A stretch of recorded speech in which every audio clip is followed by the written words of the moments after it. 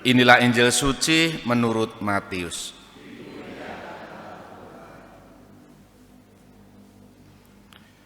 Pada suatu hari, ketika Yesus sedang berjalan menyusur danau Galilea, ia melihat dua orang bersaudara, yaitu Simon yang disebut Petrus dan Andreas saudaranya.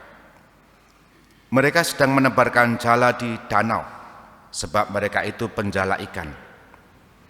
Yesus berkata kepada mereka, "Mari, ikutlah aku dan kamu akan kujadikan penjala manusia." Mereka pun segera meninggalkan jalannya, lalu mengikuti Yesus.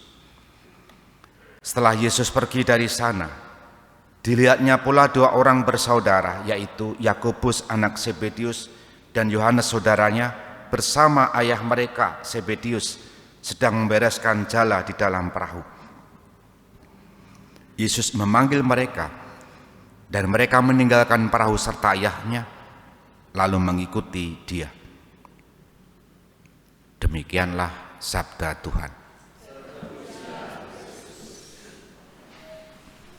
Saudari-saudara, selamat pagi berkah dalam. Bacaan Injil pagi ini mengingatkan kita akan 3 poin, 3 hal. Yang pertama, bahwa mereka, nama-nama yang disebut tadi, Simon, Andreas, Yakobus, dan Yohanes, dua-dua, Simon yang disebut Petrus dan Andreas, Yakobus dan Yohanes, dua-dua tadi adalah saudara.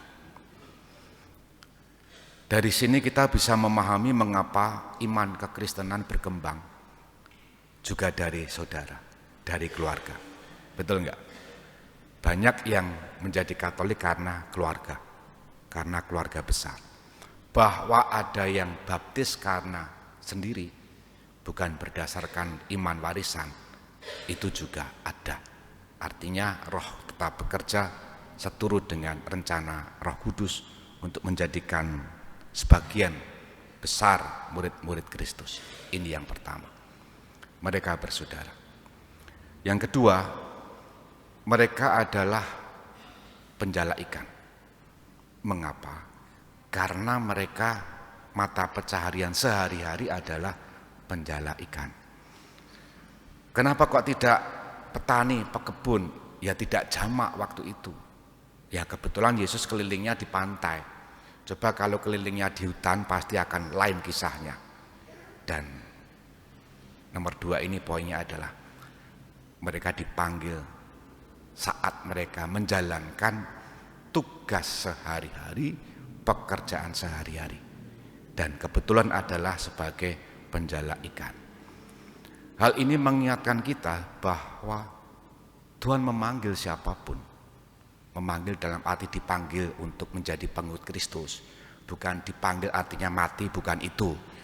Tuhan memanggil, oh berarti Tuhan mateni, bukan itu. Tapi Tuhan mau ngajak untuk menjadi murid-muridnya. Itu dalam tugas, dalam pekerjaan, dalam keseharian masing-masing yang satu sama lain berbeda. Ada yang mungkin karena pekerjaan di kantor bisa tertarik untuk menjadi pengikut Kristus. Bahkan ada yang pekerjaannya driver, karena sering melihat misal live streaming, khotbah-khotbah imam, lalu tertarik menjadi pengikut Kristus. Dan kisah bisa 1001. Intinya adalah benih iman itu ditebarkan bagi siapapun dengan segala profesi dan pekerjaan apapun. Tidak harus menjadi penjala ikan. Artinya benih itu ditaburkan, panggilan itu diwartakan bagi mereka yang memiliki kesibukan sehari-hari yang berbeda satu sama lain. Tinggal kita melihat, saya dulu dipanggil Tuhan saat apa ya? Kalau saya sejak dari kandungan, wong saya baptis bayi. Mungkin loh ya, bapak ibu saya mungkin sudah berpikir, sok nek cilik ndang tak baptis, bisa jadi.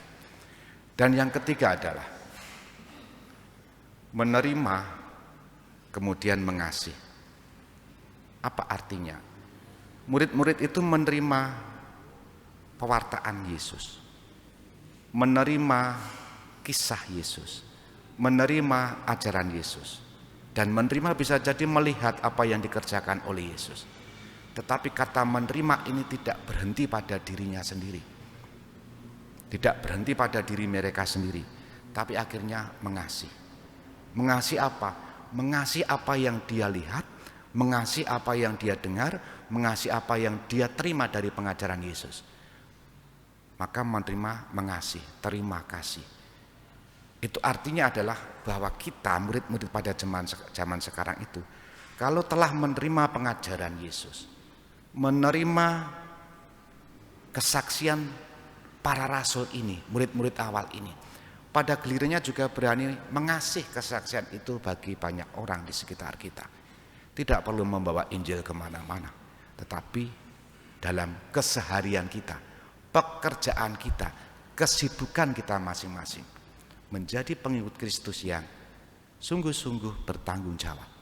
Bertanggung jawab atas tugas kita masing-masing, bertanggung jawab atas kepercayaan yang kita terima masing-masing, dan dalam cara itu kita bersaksi.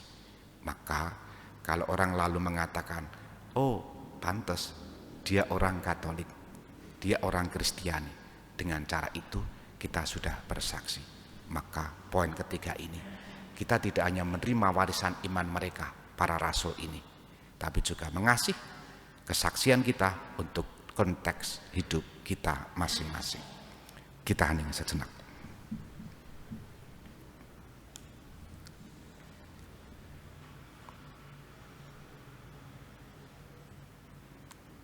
Dimuliakanlah Yesus yang dulu hidup, sekarang dan selama-lamanya. Amin.